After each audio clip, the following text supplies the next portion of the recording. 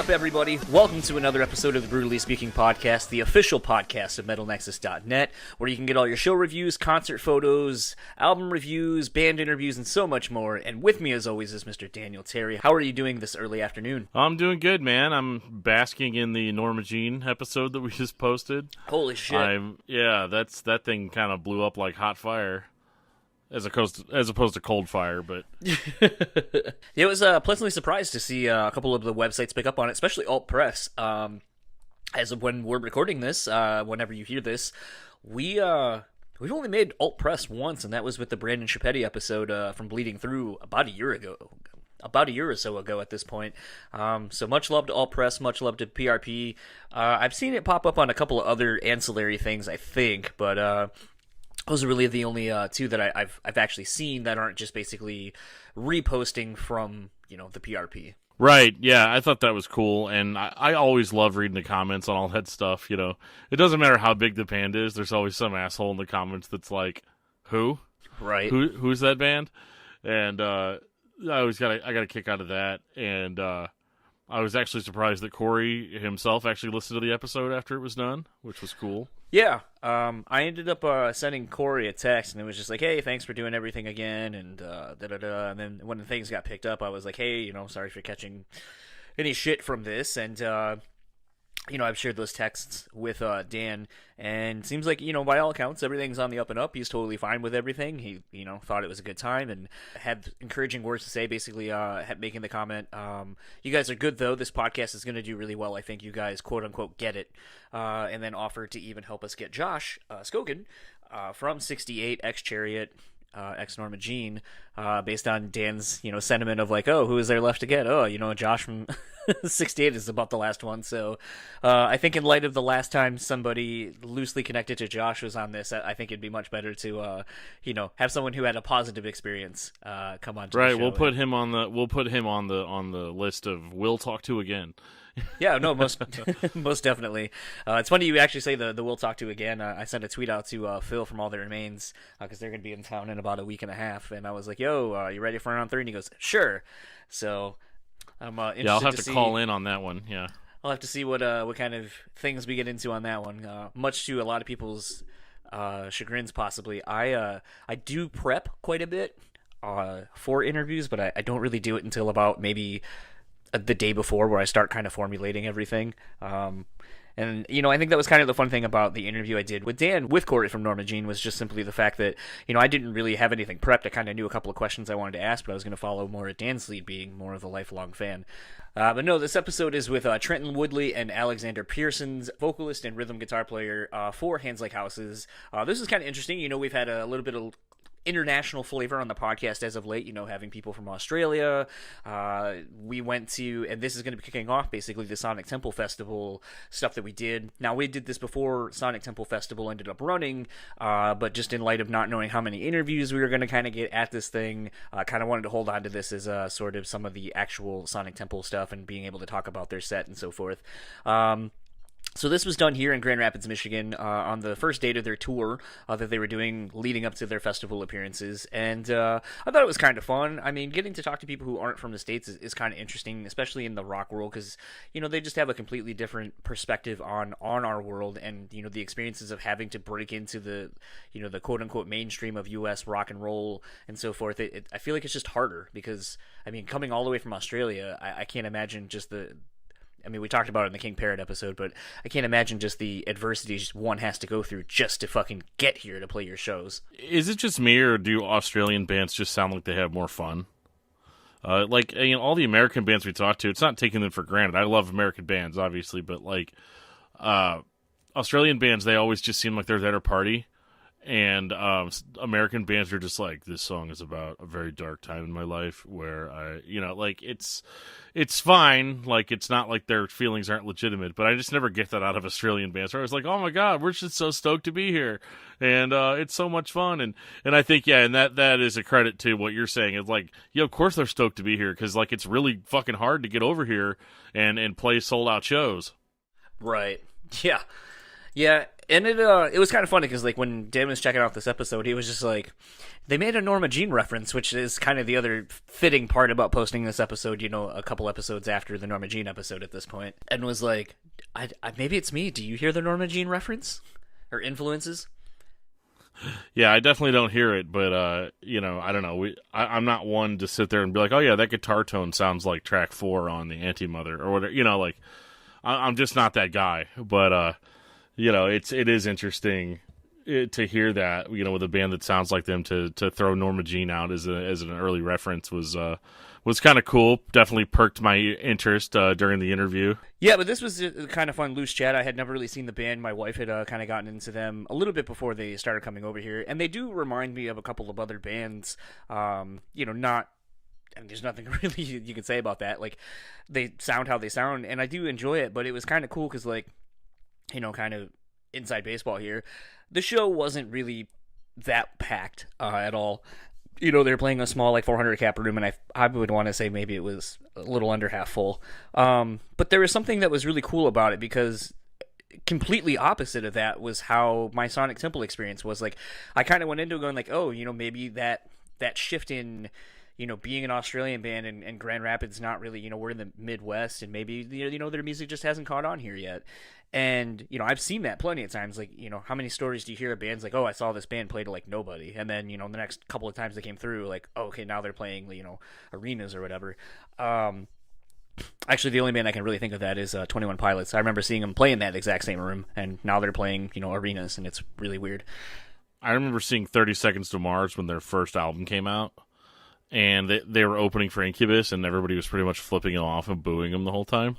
Oh, see, I had the opposite experience. My wife and I, before I even knew her, went to the same show. They were opening for Cold when Cold was doing, the Weird Storytellers thing for Year of the Spider. Year of the Spider hadn't come out yet, and so they were playing the whole record and then explaining each song and so forth. But 30 Seconds to Mars was opening up, and there was, including my friend and I and my wife, maybe 20 of us in the crowd total for the whole show. So to say that I saw, 30 Seconds to Mars play literally in front of nobody, to now seeing them where they are, it's like, wow, that's weird. You'd think the Jared Leto effect would at least put some butts in the seat. To be completely honest, at that point, I didn't know that he was even in the band. I knew nothing about the band. Oh, yeah. Well, their first record is amazing, but, that's a different topic for a different time. For a different podcast. But it's one of those things, I wasn't sure, going into Sonic Temple Festival, what I would expect from these guys. And I gotta say, the thing I was really noticing on this year's Sonic Temple Festival is how much European bands there were. Between Don Broco, Hands Like Houses, Glass Houses, Refused, the Hives. There were so many bands that, just basically were from a lot of different, not from here in the States, and it turned into a thing where I just kind of realized that. And the thing that was even crazier was just how the anticipation for all these bands was just huge. Don Broco went over really well. Hands Like Houses went over really well. Actually, their sound made them sound more heavier than they were when I saw them at a small club show. And a lot of people walked away being very, if they weren't already fans of the band, they were definitely fans and talking about them after their set. They just pull you in. They make you have fun, and there's just no way around it. They are a good time. They know how to, play to a crowd, big or small, and they know how to make everyone feel wanted and to feel a part of the show. And, I think that's the universal thing about music, and that's really great. And I would definitely, if they come around, go see them. That's as good as any. Let's just go ahead and get into my conversation with Trenton and Alexander of Hands Like Houses, and we'll talk to you afterwards.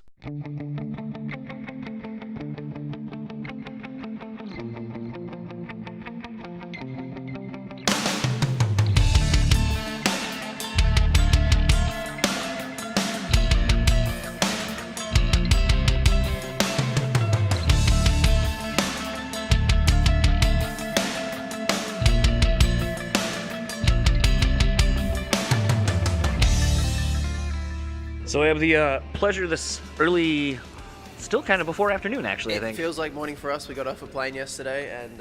1 p.m. Wait, was it yesterday? No, day before. See, already.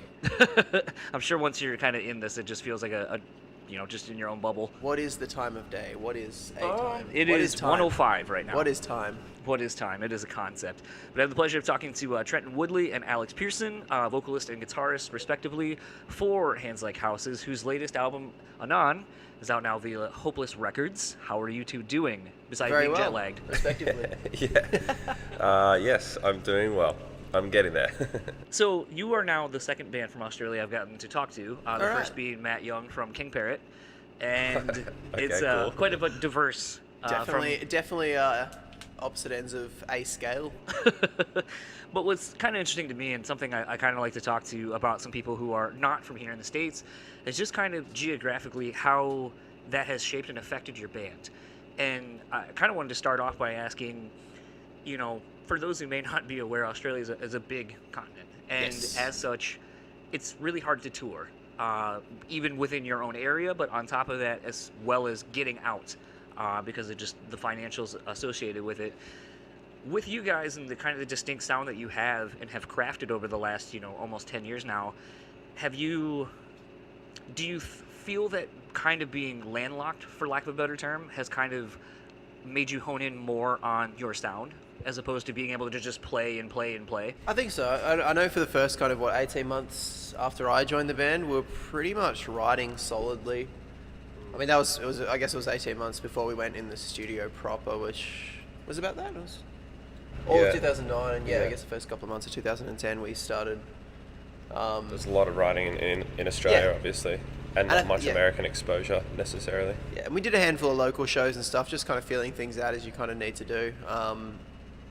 And obviously, we were young and thought we were awesome, and obviously had a lot to learn still. But I think we just, we needed to kind of feel those things out. So we played a bunch of shows in Canberra, one or two Sydney things, but mostly it was just kind of figuring out who we were as a band before we really threw ourselves into, trying to be what that band looked like. Well, do you have anything to add to that? I was just going to say that I think it does to a certain extent. Our sound kind of, I guess, diversified once we started touring heavily as well. There was a lot of kind of recognition, and this is not necessarily just because of America or Australia. It could be like it's a global thing of when you start playing live, you realize what connects with people. So then I think that started playing. That's probably the heaviest factor in I guess determining our music, because you don't want something that just is boring to play 30 nights in a row or something. You know what I mean? You want some sort of engagement as well. Absolutely. And it's kind of interesting to kind of think of the way, I'm almost 35 now, and I remember when the internet wasn't what it is now, music wasn't readily accessible. To get into a band like him or some of these other foreign bands, it cost an arm and a leg to get any of the music here imported. And as such, it's interesting to think of the fact that you all can live so far away but get all the up-and-coming bands that have been around because of Yeah. Apple Music, Spotify, and so Definitely. forth. But kind of also thinking about what would be your local scene and how that is shaping you, like some of the bands that maybe you're looking up to that no one will ever know of. Yeah, I think it's Australia's, in terms of where guitar music is at, like radio-wise, there seems to be this thing at the moment of as soon as you start playing guitar, the radio just switches off for you. It's not aside I'd say from the mainstream radio. I mean, we have Triple J, which is this kind of uniquely independent, independent mainstream sort of yeah, thing? it's a I guess nationally funded youth radio station that just has, that's obviously got a lot of Yeah. guitar heavy stuff, but it tends to be more punk and garage type thing at the moment. Yeah. That's sort of where I was going. There seems to be this kind of, I guess more 90s-esque influence coming through in some Australian rock music, which is a really nice thing, especially for us, what we've listened to, what we gravitate towards as well. So that's its own kind of insular. I hope it breaks out of Australia, but As odd as this sounds, with kind of the 90s being in resurgence right now, is a band like Silverchair still is huge over there? Yeah. A big influence on a lot of bands? Definitely. I mean, they'd be a great example of how bands go through their own changes, evolving their sound as well. They started off as a very grunge band, Nirvana-esque, obviously, and then their most recent stuff has been this sort of like Coldplay pop. Yeah. Not for a bad thing either. It's just they've kind of been through everything in between, which is nice. It's been interesting to see. I know their singer was doing some like piano-based driven stuff Yeah. and playing in front of thousands, and I was like, holy shit. He's an interesting guy from all accounts of what I've heard. Yeah.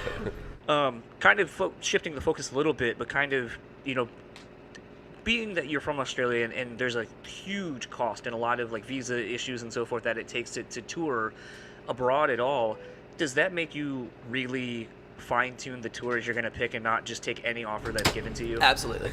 Yeah. That is a big fat yes.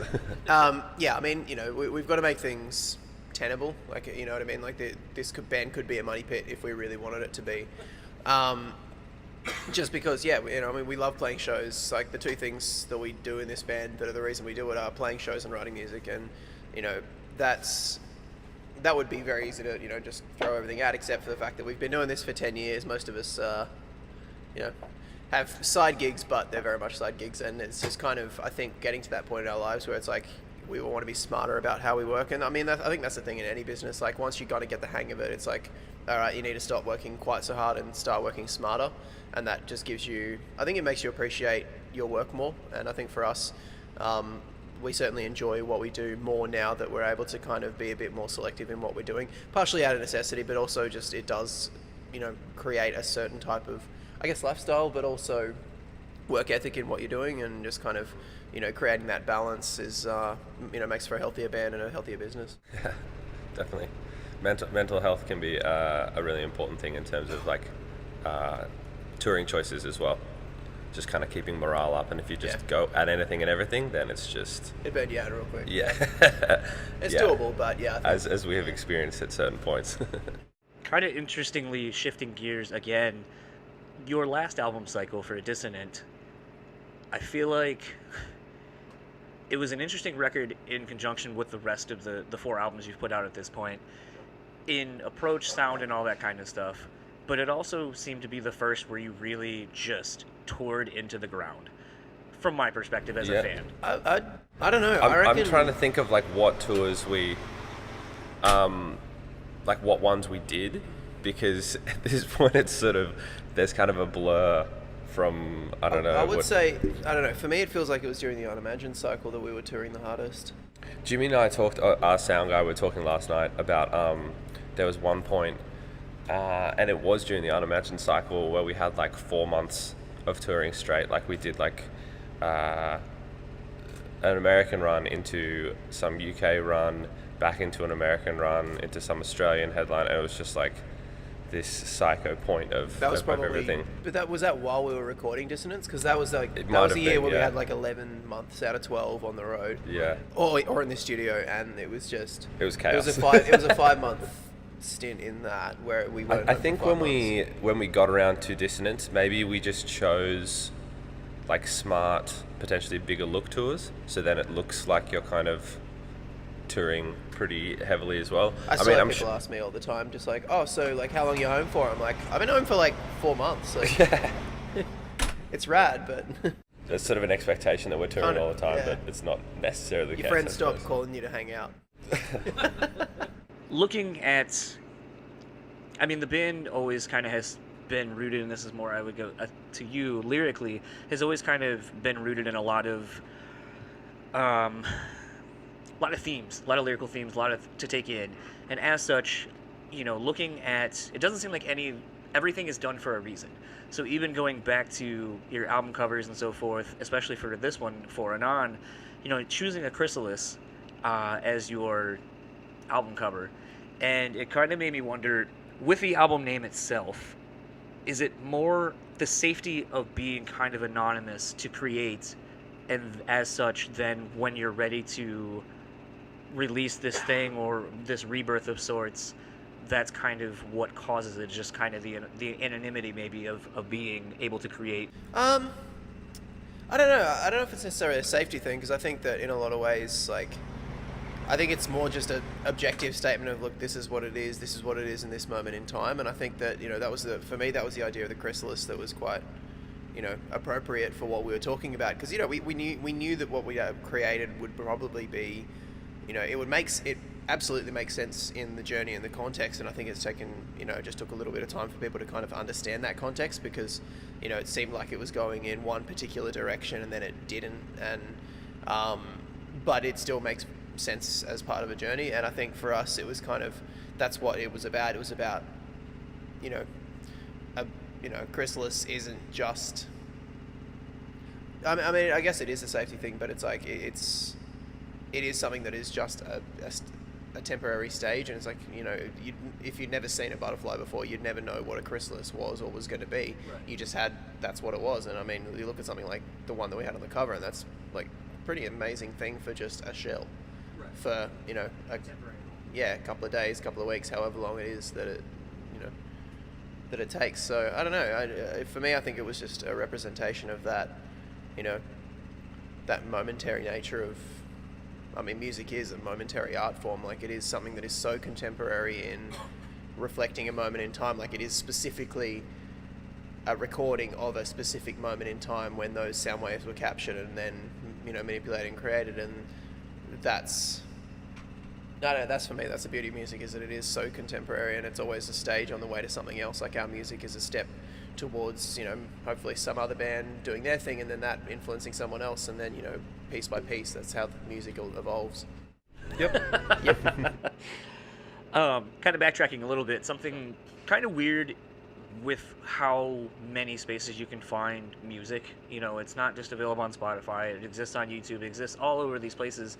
And as such, sometimes I feel like there's a handful of places where track listings either have something added to it, and I never am sure if that's just some user creating something new, or a label putting one form of content somewhere and not, universally putting it everywhere. But as such, on Unimagined, you had like secondary song titles. Oh, we had Reimagine. We had Reimagine. But then, and see, this is where I was. Oh wait, no, Unimagined did, yeah. Yeah, because you had developments, unseen, and then basically everything was like unseen, unwinding, Oh, this was to connect with the unseen. I feel like Trenton has a lot of these. Like, this would be a cool idea, and then someone asked him about it. He's like, huh? Like, what? No, I'd forgotten I'd done that on that one, but it was literally more of an artwork thing. Like, I don't think, we've never thought of it, those titles. I think it was just. I remember growing up, Norma Jean in particular, I think it was on their Oh God, The Aftermath album. Right. Very different from us, obviously, but I grew up on a lot of that sort of stuff. And I think that idea just of having like a secondary title, like a subtitle, to be able to enhance the meaning and, reflect something in the song. Like, I think, in the case of Unimagine, I think for me it was just about like, obviously it was, if I tried to have like an word in the lyrics of every song on that album, and I think I got there. There was maybe one that was missing. I can't remember. Not that I recall, but I feel like there was one. I was like, oh shit, whoops. Well, I was gonna say, yeah. But then you kind of even extending that kind of concept into Reimagine, where you again had different ancillary titles for that as well, and it kind of made me wonder if initially you doing that on Unimagine was kind of the whole. There was a theme kind of beforehand in that Reimagine was already a thought that was gonna happen, just a matter of execution. So it was kind of setting all of that up. Yeah, I mean, you're laughing. Like, yeah, no, definitely. It was, yes, that's exactly what we thought. Of course, we are so smart. Definitely not a forward-thinking thing with it. Like, oh, we're gonna do acoustic EP and then we can do everything. But then again, and it was kind of one of those ideas that came about just like organically. It was just like had the initial idea of like, oh, well, this makes sense. And even then, since then, I mean, we could very easily do Resonance or Renown or something like that, which, yeah. if we got around to actually doing more acoustic stuff, which people ask us all the time, and it's just, well, alternative versions of songs, I should say, rather than acoustic, but it's just a lot of time that we, haven't necessarily had between touring and kind of home time to, finding that in-between period and without like it's either, make acoustic stuff or like reimagine some of our stuff, or we just write new tunes, and I think the priority is going to be on new tunes for a little while. Yeah. But yeah, it was just one of those ideas that kind of just, I don't know, just came together as, and the whole thing of the UN in Unimagine was about that you can flip things upside down and it still looks the same. Undoing. Sorry? I said kind of, well, was latching onto the fact you said on, so I was going to say basically undoing something, the opposite. Yeah, I'm just trying to, no, man. I was trying to roll on with that, but I fucked it. But yeah, it's, it was just, the idea of that logo is it's the same upside down, and then the whole thing of that album was about perspective of, you can look at things from different perspectives, different, emotional perspectives, and kind of exploring that full spectrum, and it's like the truth of things is kind of in the middle somewhere. And that was kind of the idea of just by turning things upside down and flipping things back and forth, you can kind of figure out what it is. And that, I think that's been, an ongoing theme for us lyrically as well. I think there's an element of that in Dissonance and On as well. I was going to make a real bad joke that you were the inspiration for Get Out then, with the upside down. Sorry? Get Out, the Jordan Peele movie? Oh, I've seen that movie. Have you seen his new one? Yeah. Is it terrifying? No. Oh. But I'm going to tell you this. If you haven't gathered from some of my questions, I'm someone who kind of tries to really find varying viewpoints of asking maybe the same questions. So as such, I went into that movie looking for things that I didn't catch on the first time of like watching Get Out, where people are like, oh, did you notice this? Did you notice these things that are in the background? Just little clues. Yeah. So I was trying to pay attention to everything. And as such, it was funny because I went with two of my friends to go see it, and we all noticed completely different things that the other one didn't. Oh, really? And then in talking to Porter McKnight from Atreyu, because I saw he had just seen it, so I texted him. I was like, what did you think? I got to talk about this with somebody else. Yeah. It's one of those that the more you think, the more you just keep unraveling things. And he sent me this Reddit thread, which there were things, and then we saw it the day it came out. And there was just a slew of Reddit shit where someone's like, well, did you notice this? And the allusions from this to this and all this shit. And I was like, God. What the fuck? Yeah. And it's either he is such a craftful person, and the most minute detail is thought out, which wouldn't surprise me.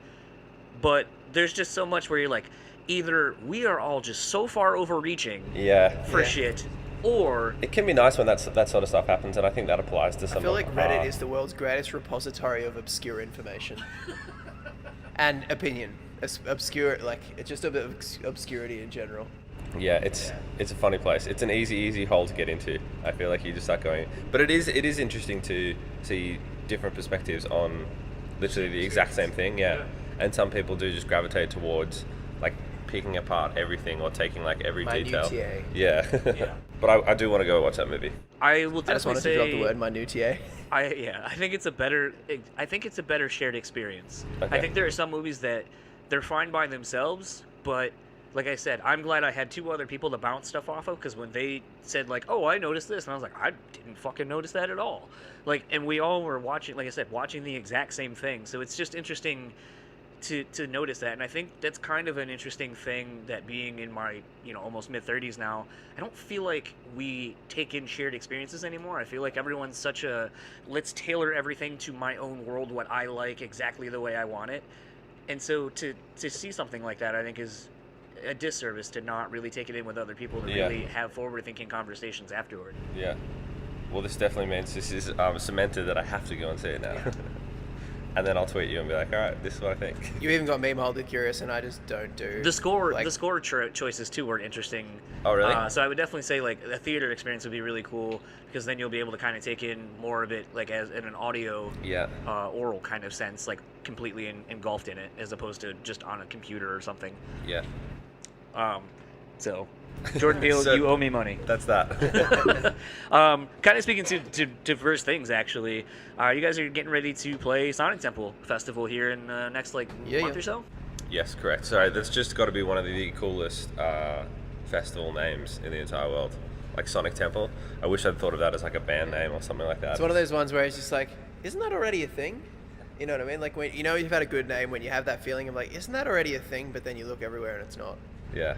I see the Cult is going around, they're playing a show here, at an off date of that, or to it, or after it, or whatever, and they're calling it the Cult Sonic Temple, as if that's what the show or the tour is. And I was like, son of a bitch, I can't think of a better tour name either, for especially a band like the Cult, where it's okay. It's cool. It's very cool.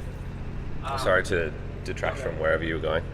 What was that? What was your... I was just going to say, you guys are playing probably the most diverse lineup like out of the days of that festival. Like everything else is kind of more straight ahead rock, but I mean, there's bands like you guys, Pussy Riot, Ghost. I mean, the diversity in bands on that day is really interesting, and just kind of wanted to speak to that. And who are you excited to actually see? On our day, there's I think Meshuggah plays our day. I think Circus Survive plays our day. I haven't actually checked fully which day's which. Maybe it's Korn. I had a brief look. I think Korn might be one of the top ones. Korn is not on Sonic Temple. That's not? Okay. Maybe that's I one. wish. Because there's 3 different ones that we're doing, so like each. Well, 3 of those style. We've still got So What as well, but very similar, but very different lineups. But I really wanted to see, I think Incubus is playing, I think... They played last year, I think.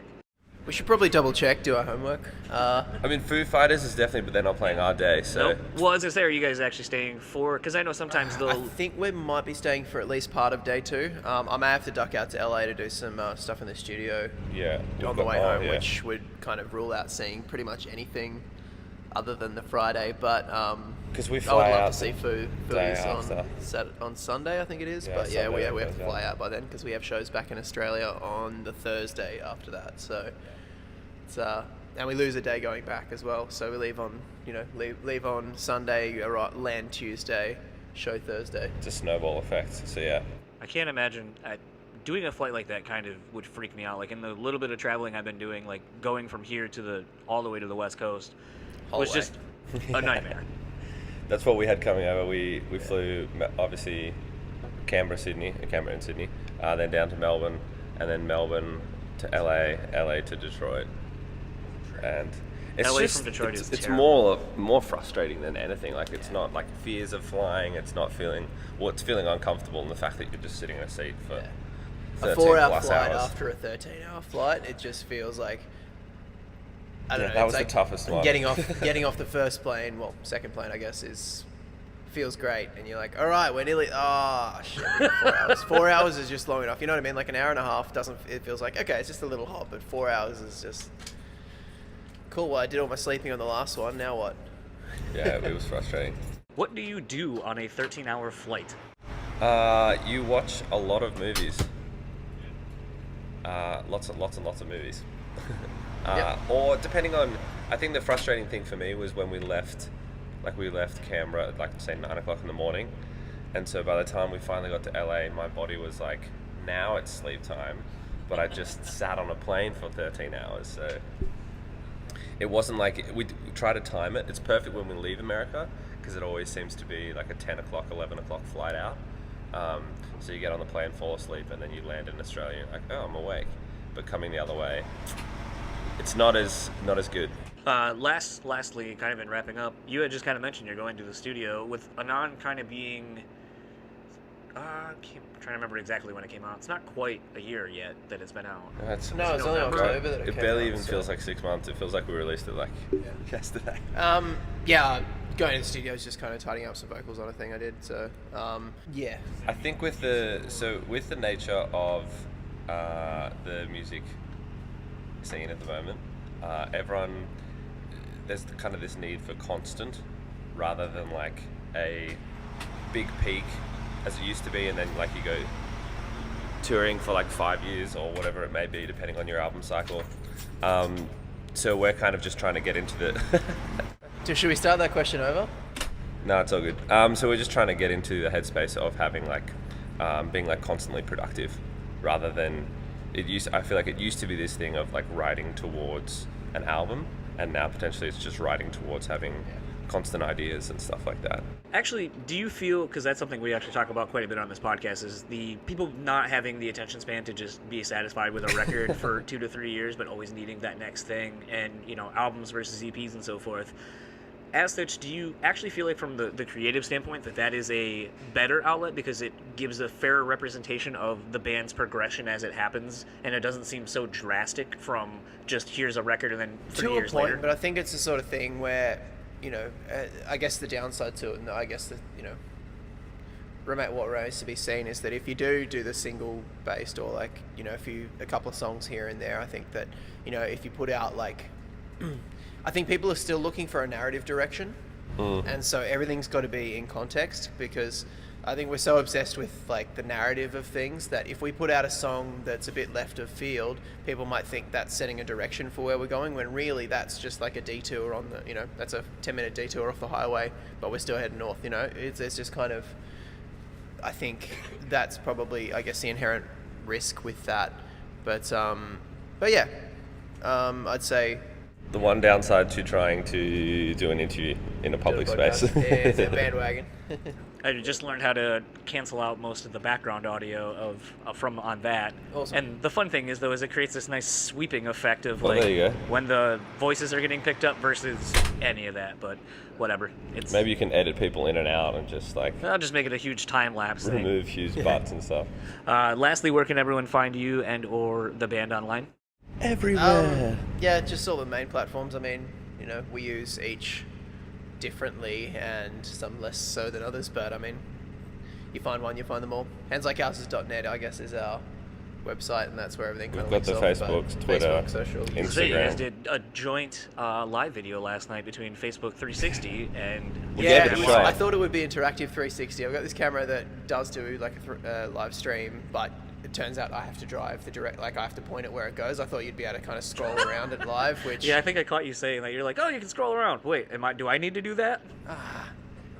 yeah, We'll get it next time. We'll figure it out. There are ways to do it. I got to try it on YouTube and see what that happens. Have you tried that? Have you tried the YouTube live thing yet? No, I don't think No, so. I'm curious to see if it does allow like. It like lags like hell. Like Oh, when really? you when Gotcha. you play it back, like your audio and all Boo, that is YouTube. like not.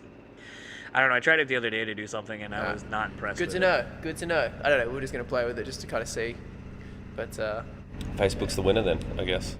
Awesome. Well, thanks now. again. No worries, And, man. Thanks for coming enjoy- along. Looking forward to the show tonight. appreciate Yeah. the time. Thank you. So that was my conversation with Trenton Woodley and Alexander Pearson of Hands Like Houses. Yeah, they got into Detroit a day early, but, fuck that. That's the one thing is, like, I would love to go out to Australia. I think it's, a really beautiful place. I've always wanted to go since I was a little kid doing, reports on Australia and their, was it gross national products, GNP, and all that kind of stuff, and what do they export and import and all those kind of things. And I'll tell you what they import and export. It's cuddliness and cuteness of koala bears and their wildlife. But it's one of those things for me where getting to talk to them, they were just all about having a good time, but I just kept going like, yeah, but that flight, it was like what, 14 hours worth of flights at least. Like, fuck that. Like, come on, something had to suck. Let's open up here. Oh god, for real though, can you imagine being on a flight for like, I guess I can understand like accumulatively, like, okay, you spent like 18 hours traveling, but like, could you imagine being on a flight somehow that like lasts like 12 hours? No, and I don't want to. Yeah, 2 hours, like anything over 4 on a plane, and I'm like over it. So add like Don't another. get me wrong. I make long road trips. But it's at least a little bit more interactive, I guess. Because you're actually driving. Yeah. Well, it's good to know that you are an active participant in your driving experiences. I do try to actively participate in my driving, that's for certain. There you go. No, but this is a fun chat. Getting to talk to. It's kind of interesting getting to talk to some people internationally. And I know, like, it's kind of hard not to ask this stupid cliche, like, so you're not from America? What's that like? But shit, I don't know. Like I just said, like I've never been. I can now say I've been international. I've been to Canada, but like that doesn't count. I fucking live like 2 hours away from Canada. Yeah, not even a little bit. Yeah. Yeah. So, as I was doing an interview with the guys from Shapes at Thought and Temple Festival, Griffin's dad, obviously, is Bruce Dickinson, if you don't know that. We don't really talk a whole lot about him or, that whole thing. But I had just seen that day that, his dad put out a sake-infused lager. So I was like, yo, what the fuck is that like? And then, it just led to us talking about like, oh, what is drinking like, for you coming here to the States versus, drinking abroad overseas and so forth. Because, everyone has different drinking experiences. And I typically, almost most of the, European beers I've had are not my cup of tea. But, it was kind of funny, spoiler alert, of him kind of being like, oh, over here it's just kind of like either really good or shit. Like there's no middle ground. That's everywhere, right? I guess. I don't know. It was funny. There was I think a couple of weeks ago I had talked about some beers I had been gifted via someone from my shipped deliveries thing. And it was really amusing that 2 of the beers they were talking about as kind of being like the beers that, are they're kind of like, hey, I just drink these. And I was like, oh God, those beers are terrible. Right. I didn't say that, but But no, this was a lot of fun, and like I said, it was really interesting kind of getting to see the difference in their live show, from seeing them here in Grand Rapids, playing to about a half full room, but everyone was like super engaged and everyone was super loud and singing along to every song, even knew some of the older stuff, because that's the thing, this band's been around for a little while, but just kind of, I guess, like a lot of people, it's like the newest record's kind of like is doing well. It's on, I think it's on Octane, and stuff like that. But I mean, the band's been around for 11 years now, and have 4 records under their belt. So it's one of those things where it's like, oh, you didn't know that this band had been around for as long or had this much material, but then you hear, people talking and singing along, when they're like, oh, this is off of, our 2013 release, and, people are like getting really down with it, and you're like, oh shit. So it just kind of makes you feel like you've been missing out on this like phenomenal thing. Like you're like, oh fuck, I guess I was stupid for not knowing who this band was until just now. Right. I get that feeling all the time, man. Trust me. People are always like, how do you know about so many bands? And I'm like, I don't know, man. I know about a lot of bands, but apparently I don't know any bands. Well, as I say, I feel like this podcast has opened you up to a lot of different bands, because I'll be like, oh, I'm talking to so-and-so, and you're like, I have no idea who that is. Yeah, and then I have to figure it out. It's fun. It's almost like doing discography discussion, but not nearly as critical of a dive as you have to for that podcast. That can be rough, because we have done bands on the show that I didn't know anything about. Like Aborted, I had no idea, really. And then ended up being pleasantly surprised with that. But yeah, it only really sucks is whenever somebody's like, check this out, it'd be really great, and you listen to it, and it's total shit. But I haven't run into that too many times. Right. Well, we're going to kind of wrap this episode up. We are going to pose a question to you, though. Like I said in the intro, we are in the midst. This is going to be starting our Sonic Temple Festival coverage. So basically, this is an interview we did prior to Sonic Temple Festival. Everything coming up is going to be post what I did there. And we have a couple episodes. I think I did about 4 or 5 chats total. We have a couple interviews that basically are 10 minutes long. Talked with Shapes, ended up talking with Manuel from Zealand Ardor, talked to Joel from Killswitch. Those are all about 10 minutes, so I don't know. Would you rather us release them individually and just kind of, spread it out over the course of like 2 weeks or so and kind of get some of these out? Or would you like to hear one longer episode with all the 10-minute interviews packed in, and we just kind of do a very overarching, just bullshit in the beginning and talking about the things individually, or kind of do intros, outros for each one, just real quickly, kind of, making a full episode? There's a couple of different avenues of how I think we could do this, but, I just kind of don't know if people are going to be like, pull the discography discussion fans and be like, why are these episodes so short? The interview is 10 minutes and you guys talk for 40. Yeah, I know, right? We tend to run into that. Some of those fans can be very outspoken with their opinion, which is what we encourage. So right. But yeah, so let us know. Dan and I are kind of figuring out what we're going to do. I'm kind of the mind of just releasing all the 10-minute ones together, as there's 4 of them, and just kind of put them all together. And then, because that was basically one full day for me there, and then just kind of post the other 2 afterward and make them their own, since they are more the standard affair of what we do over here. But let us know in the comments. Go to Facebook and all that kind of stuff. We'll give the plugs here now that we're at that point in the show. So if you would like to follow Trenton and Alexander of Hands Like Houses, well, you can find the band simply enough at Hands Like Houses on everything between Facebook, Instagram, and Twitter. If you would like to keep up with Trenton, you can find him on Instagram and Twitter at TrentonTWS. And if you would like to keep up with Alex, you can find him on Instagram and Twitter at AlexAustinHLH. And if you would like to keep up with Metal Nexus, you can find them at metalnexus.net, Facebook at Metal Nexus, Instagram at metal.nexus, and Twitter at metal_nexus. And Dan, where can people find you? You can find me on Facebook under Daniel Terry. You can find me on Twitter at DiscussMetalDan. And you can find my other podcast, Discography Discussion, at DiscussMetal.com. And if you would like to keep up with all things this podcast, you can find us simply at BrewSpeakPod on Facebook, Instagram, and Twitter. You can email us at BrewtallySpeaking@gmail.com. And if you would like to keep up with our show sponsor, The Bean Bastard, you can find them at TheBeanBastard.com.